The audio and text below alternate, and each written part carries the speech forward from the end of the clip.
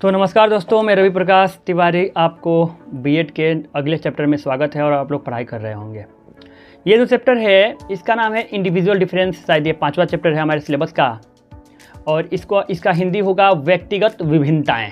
ठीक है, अब इसमें हम किस किस सवालों का जवाब देखेंगे, सबसे पहले ये देख लेते हैं। तो हम इसमें सवाल का जवाब देखेंगे कि व्यक्तिगत विभिन्नताएं क्या होता है, व्यक्ति एक दूसरे से किस प्रकार से अलग होता है, एज ए टीचर हमारे लिए व्यक्तिगत विभिन्नताएं पढ़ना क्यों ज़रूरी है, व्यक्तिगत विभिन्नताओं में क्या क्या ऐसी चीज़ें हैं जो आती हैं, और साथ ही साथ हम ये भी पढ़ेंगे कि इसके क्या क्या ऐसी मिसकंसेप्शन होते हैं या फिर एक स्टेरियोटाइप होता है जिसको हम इसके तहत समझने का प्रयास करेंगे।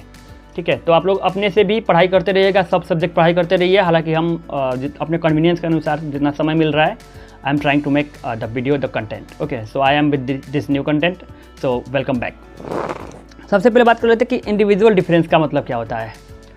इंडिविजुअल डिफरेंस का मतलब होता है कि हर एक इंडिविजुअल, हर एक व्यक्ति जो होता है वो दूसरे व्यक्ति से अलग होता है। देख लीजिए आप फिंगरप्रिंट को ही फ़ोन में, आपका जो फिंगरप्रिंट है या बायोमेट्रिक में आधार पे अपना फिंगरप्रिंट या फिर आई जो लगाए हैं, है ना, आई स्कैन, तो ये जो चीज़ें होती हैं ये तक हर एक इंसान की अलग होती है, चाहे वो पेरेंट्स ही क्यों ना हो, पेरेंट्स के कई 4 बच्चे का ना हो। लेकिन ये फिजिकल कैरेक्टरिस्टिक्स जैसे चेहरा का बनावट अलग हो गया, शरीर का लंबाई चौड़ाई सब अलग हो गया, उसके साथ साथ जो है हमारे साइकोलॉजिकल कैरेक्टरिस्टिक्स भी एक दूसरे से अलग अलग होता है। कभी भी हम जैसे कोई कहता है ना कि ये इसके तरह गुस्सा करता है या फिर इसके तरह स्नेह करता है, ये इसके तरह मजाक करता है, तो दैट मीन्स कि वो कुछ चीज़ों को कॉमन बस दिखा रहा है। इट डजंट मीन कि वो पूरा तरह से कॉमन है, और पूरा तरह से कॉमन होना भी नहीं चाहिए। इससे हमें एक चीज़ मिलता है सीख। एज ए टीचर हम भी कभी कभी डिमोटिवेट हो जाते हैं दूसरों को देख करके, तो हमें एक चीज़ समझना चाहिए कि हम जो होते हैं यूनिक होते हैं, हर इंसान एक दूसरे से अलग होता है। इसलिए हमें किसी और की तरह बनने की कोशिश नहीं करना है। हमें अपने बच्चों को भी सिखाना है कि बेटा तुम्हें किसी और की तरह नहीं बनना है, तुम जैसे हो वैसे ही बेस्ट हो, बस अपने आप को बेस्ट वर्जन बनाओ। You do not have to copy someone else, you just have to work on your self and make your self more better, बस। तो ये एक अच्छा प्रैक्टिस होता है। तो व्यक्तिगत विभिन्नताएं जो होता है वो उसमें कैरेक्टरिस्टिक्स के हिसाब से साइकोलॉजिकल में बात करते हैं कि व्यक्ति एक दूसरे से अलग किस प्रकार से होता है। अब यहाँ पे देखिए, व्यक्तिगत विभिन्नताएं हम उसमें सामान्य तौर पर विज्ञान में हम उसी व्यक्तिगत विभिन्नताओं पर खास करके ध्यान देते हैं जो मेजरेबल होता है, यानी जिसको आसानी से मापा जा सकता है। EQ हो गया, IQ हो गया, पर्सनालिटी के कुछ टेस्ट हो गए, इसके हिसाब से। ठीक है, और जो व्यक्तिगत विभिन्नताएं होते हैं इसमें एक चीज़ और है, एक होता है इंटरपर्सनल व्यक्तिगत विभिन्नताएं इंटरपर्सनल इंडिविजुअल डिफरेंसेस, एक होता है इंट्रापर्सनल इंडिविजुअल डिफरेंसेस। इंट्रापर्सनल का मतलब होता है खुद के अंदर, जैसे आपने सुना भी होगा कि ये इंट्राकास्ट मैरिज किया है। ठीक है, एक होता है इंटरकास्ट मैरिज। इंट्राकास्ट मैरिज का मतलब होता है अपने ही जात के अंदर, खुद से खुद में इंट्रा। ठीक है, समझ लेना इंट्रा। और इंटर का मतलब होता है कि थोड़ा एक दूसरे से अलग से। ठीक है, तो इंटरकास्ट का मतलब होगा कि आप अलग जात के हैं और अलग जात से एक लड़की से शादी किए हैं, चाहे लड़का है तो लड़की से, लड़की है तो लड़का है, जो भी है। तो इंटरकास्ट का मतलब होता है एक दूसरे से अलग। जैसे इंटर ग्रुप का मतलब क्या हो गया कि आप एक ग्रुप के हैं और कोई और ग्रुप का है, और इंट्रा ग्रुप का मतलब आप ही के ग्रुप में। अगर मैं कहूँ कि इंटर ग्रुप में झगड़ा हुआ है, इसका मतलब है कि आपके हो सकता है आप जिस ग्रुप में हो उसमें और कोई और ग्रुप से। और जब मैं कहूँ इंट्रा ग्रुप में झगड़ा हुआ है, यानी कि आप ही के ग्रुप के कुछ लोगों से झगड़ा हुआ है। ठीक है, तो इंट्रा आपको क्लियर हो गया होगा। तो मैं ऐसे विश्वास करके चल रहा हूँ, वैसे मुझे समझाने की हैबिट तो है नहीं, I am trying to just explain. Anyway, तो इंट्रा, अब हमारी जो पर्सनालिटी होती है वो दूसरों से तो अलग होती है, और कभी कभी हमारी पर्सनालिटी हमारी खुद से भी अलग हो जाती है। मतलब समय के साथ हमारी जो चीज़ें होती हैं, कुछ चीज़ें वो थोड़ी बहुत बदलती है। हमारी ओवरऑल पर्सनालिटी हमारी सेम ही रहती है। हमारा आने वाला कुछ चैप्टर के बाद हमारा शायद पर्सनालिटी भी है, तो उसको हम समझेंगे। ओवरऑल जो होता है वो सेम होता है, but with the time, with the knowledge, with the experiences and with the response of other, like trial and error method, we also make changes in our self, है ना। तो कुछ चीज़ें में बदलाव होती है, बाकी हमारा ओवरऑल पर्सनालिटी सेम होता है। और इंट्रापर्सनल का मतलब होता है कि कभी कभी हमारे खुद के अंदर भी विभिन्नताएं होती हैं। ठीक है, जैसे कि हम अलग हो सकता है कि सिंगिंग में अच्छे हों, ड्राइंग में अच्छे हो, लेकिन इसमें अच्छे ना हो। तो ये तो कॉमन चीज़ें हैं, लेकिन आपको बता देता हूँ क्योंकि सिलेबस में दिया हुआ था। बाकी इंटरपर्सनल जो होता है इसमें होता है कि हर इंसान एक दूसरे से अलग होता है, ठीक है। कोई ज़्यादा समझदार होता है, कोई कम, इसलिए हमें किसी को उसके गुण के अनुसार जज नहीं किया जाना चाहिए, क्योंकि हो सकता है उसके अंदर कोई और गुण हो। बाकी अब कुछ बात कर लेते हैं, जैसे कि इंडिविजुअल डिफरेंसेस को कैसे मेजर करें। तो एक आता है NDC, नॉर्मल डिस्ट्रीब्यूशन कर्व। ये क्या होता है भाई? नॉर्मल डिस्ट्रीब्यूशन कर्व याद रख लीजिए, एग्जाम में आ सकता है। नॉर्मल डिस्ट्रीब्यूशन कर्व ये थ्योरेटिकल टॉपिक है, इसलिए आपको जो हो तक आपको याद करना पड़ेगा, है ना। मुझे भी याद करना पड़ा था अपने BA में, BA का जो साइकोलॉजी था उसमें स्टैटिस्टिक्स में। तो देखिए क्या होता है, मैं यहाँ पे चित्र बना के लाया हूँ, देखो। अगर हो सकता है कि आपको दिखाई दे रहा हो, ठीक है। तो ये है चित्र, लग रहा होगा आपको थोड़ा विचित्र। ये जो NDC है, नॉर्मल डिस्ट्रीब्यूशन कर्व, इसको बेल कर्व भी कहते हैं, क्योंकि ये देख सकते हैं आप, इसमें बेल की तरह, मतलब घंटी की तरह दिखाई दे रहा है, ठीक है, ये घंटी की तरह। तो ये क्या कहता है कि नॉर्मल डिस्ट्रीब्यूशन कर्व जो होता है ये इंडिविजुअल डिफरेंसेस को बताता है कि इंडिविजुअल जो होते हैं वो उनका अंतर तो होता है, लेकिन थोड़ा बहुत अंतर होता है। जैसे मान लो कि कह दें कि किसी व्यक्ति का या फिर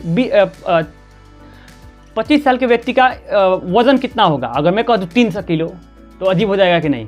तो यानी कि कुछ मतलब एक निश्चित अंतराल होता है। जैसे ऐसे बोल सकते हैं कि हो सकता है 40 से 40 भी नहीं, 45 से 65 किलो तक का, है ना, चाहे उससे थोड़ा ज़्यादा, उदाहरण दे रहा हूँ बस। तो ये भी जो है नॉर्मल डिस्ट्रीब्यूशन कर्व बताता है कि ये जो है बीच में 0, तो जो होता है हर इंसान का जो पर्सनालिटी होता है वो इधर ही कहीं लाई करता है, इसी के आसपास, इसी के आसपास। और जितना दूर जाता जाएगा उतना ही उसका पर्सनालिटी एक दूसरे से अलग होता जाएगा। IQ के बारे में आपने सुना होगा, बाद में आप पढ़ेंगे भी। तो यदि किसी का IQ बहुत ही ज़्यादा कम है तो वो भी एवरेज में नहीं आएगा। यहाँ पे ये एवरेज होता है, ठीक है, जो सामान्य होता है। और अगर इधर उधर जाने लगेगा, कम हो जाएगा तो भी एवरेज नहीं होगा, ज़्यादा हो जाएगा तो भी एवरेज नहीं। मान लो कोई बहुत ही ज़्यादा इंटेलिजेंट है, सबसे पूरा आपके पूरे क्लास में, तो वो भी एवरेज नहीं है, ठीक है। तो इस प्रकार से हम इंडिविजुअल डिफरेंसेस को मापते हैं इस ग्राफ पर, जिसको नॉर्मल डिस्ट्रीब्यूशन कर्व कहा जाता है।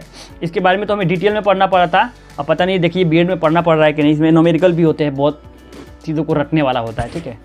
तो होगा तो देखा जाएगा। और इसमें जो होता है कि कुछ चीज़ों को समझना होगा। अगर मान लीजिए कि हम रिसर्च करते हैं और हम पाते हैं कि जो 2 ग्रुप है, यानी कि लड़का और लड़की आपके क्लास में हैं, हम ये पाते हैं कि जो लड़कियां होती हैं उनका मैथमेटिक्स लड़कों की तुलना में कमज़ोर है। तो इसके बेस पे हम ये कभी नहीं कह सकते कि हर एक लड़की जो है वो मैथ में कमज़ोर है। उदाहरणार्थ, फॉर एग्जांपल, मान लीजिए आपके क्लास में तो है, पता लगा कि जो लड़कियां होती हैं वो बहुत ही मैथ में कमज़ोर हैं, मतलब लड़कियों का कमज़ोर आंकड़ा आया, तो आप किसी एक स्पेसिफिक लड़की को उठा करके आप ऐसा नहीं कह सकते हैं कि तुम कमज़ोर हो लड़कों के तुलना में, ऐसा नहीं कहा जा सकता है। क्योंकि आपने जो डाटा कलेक्ट किया है it is on the basis of entire population, है ना, या फिर इंटायर सैंपल। जबकि आप तुलना कर रहे हो किसी एक को उठा करके, हो सकता है कि जो जिसको आप उठाए हो स्पेसिफिक उसमें बहुत ज़्यादा इंटेलिजेंट हो, है कि नहीं। तो इसलिए इस बात को समझना ज़रूरी है कि हमें एक व्यक्ति के आधार पर कभी भी किसी को जज नहीं करना चाहिए, चाहे धर्म हो, चाहे समुदाय हो, चाहे वो जाति हो, चाहे वो जेंडर हो, किसी भी चीज़ में एक व्यक्ति को हमें पूरे समूह के आधार पर जज नहीं करना चाहिए।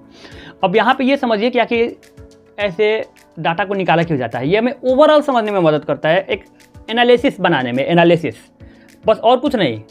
इसमें हम डिसीजन मेक नहीं कर सकते हैं, बस इसमें एनालिसिस बना सकते हैं कि जो लड़कियां सामान्य तौर पर होती हैं उनको समझाने के लिए हमें कोई और तकनीक अप्लाई करना पड़ेगा।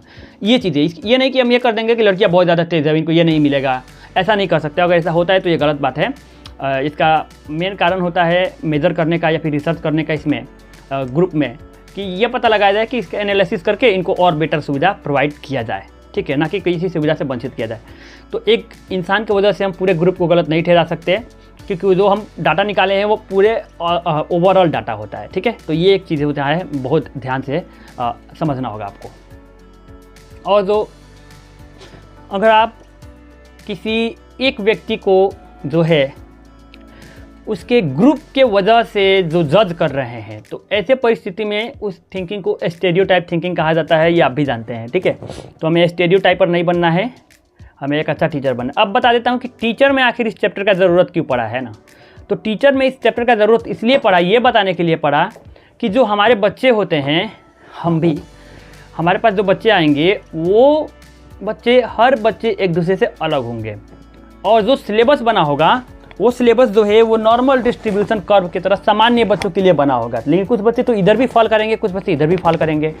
तो हर जो हमारा जो बना हुआ सिलेबस है वो सभी बच्चों के लिए उसी तरह अप्लाई हो, ये निश्चित नहीं है।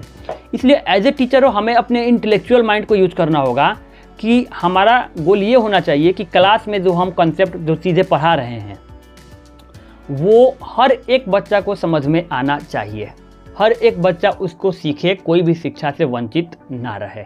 अब आपको ये भी बताया जाता है साइकोलॉजी में कि कैसे बच्चों को, मतलब जो बहुत कमज़ोर टाइप के बच्चे हैं, मेंटली रिटार्ड हैं, उनको कैसे पढ़ाना है। So there are lot of thing, special educator भी होता है, आप जानते होंगे। तो इसीलिए इंडिविजुअल डिफरेंसेस को समझना कि किस टाइप की पर्सनालिटी जो होता है उसको किस तरह से हैंडल किया जाता है, नार्सिसिस्टिक पर्सनालिटी को किस प्रकार से हैंडल किया जाता है, it is very important to understand as a teacher. Okay, and also it is very understand to understand to know about our self कि हम लोगों से किस तरह से अलग हैं, ताकि हम बच्चों को मोटिवेट कर सकें। कोई बच्चा अगर किसी से तुलना करता है कि सर मैं आर्मी बनना चाहता हूँ पर मेरा हाइट नहीं बढ़ रहा है, तो ऐसे परिस्थिति में आप उसको बता सकते हैं कि आप कुछ और भी बन सकते हो। आप किसी को भी, वो आर्मी है तो इससे तुलना करके अपने आप को देखना, अपने आप को बनाना आप अपने पहचान का मिटाने जैसा है। इसलिए आप अपने पहचान को मत मिटाओ, आपका जन्म हुआ है, आपका एक नया पहचान बनना चाहिए। आप जो भी हो उसी में अपने आप को बेहतर बनाने की कोशिश करो। Instead of comparing your self with other, you must try to make your self more better. हमें किसी के जैसे कॉपी नहीं करना है अपने आप को, बल्कि हम जो भी हैं, हम जैसा भी हैं, अपने आप में, अपने आप को, अपने दिशा में अपने आप को तेज़ बनाने की, बेहतर बनाने की कोशिश करनी चाहिए प्रैक्टिस करके। ठीक है, so we all are fine. और हमें बस अपने आप पे काम करना है कि हम जिसमें भी हैं, मान लो सिंगर है तो सिंगिंग में अपने आप को बेटर बनाए, टीचर है तो सिंगिंग, एंड ऐसा तो कभी नहीं हो सकता कि कोई भी इंसान के अंदर कोई अच्छा गुण ही ना हो। सो बस अगर कोई किसी को दिख नहीं रहा है, इसका मतलब ये है कि अभी तक वो उसने अपने अंदर की एबिलिटी को पहचाना नहीं है, और किसी अच्छे साइकोलॉजिस्ट या फिर किसी अच्छे एक्सपीरियंस पर्सन से वो नहीं मिला है, तो नहीं तो पता चल जाएगा। ठीक है, तो अपने आप पर विश्वास रखें, पढ़ाई करते रहें। नोट्स कैसे बनाना है, नोट्स हो सकता है तो इसका भी मैं प्रोवाइड कर दूंगा, सबका मैं प्रोवाइड कर देता हूँ, लेकिन मैं जिम्मेवारी किसी भी चीज़ का नहीं लेता हूँ। तो पढ़ाई करते रहिए, ठीक है, और धन्यवाद।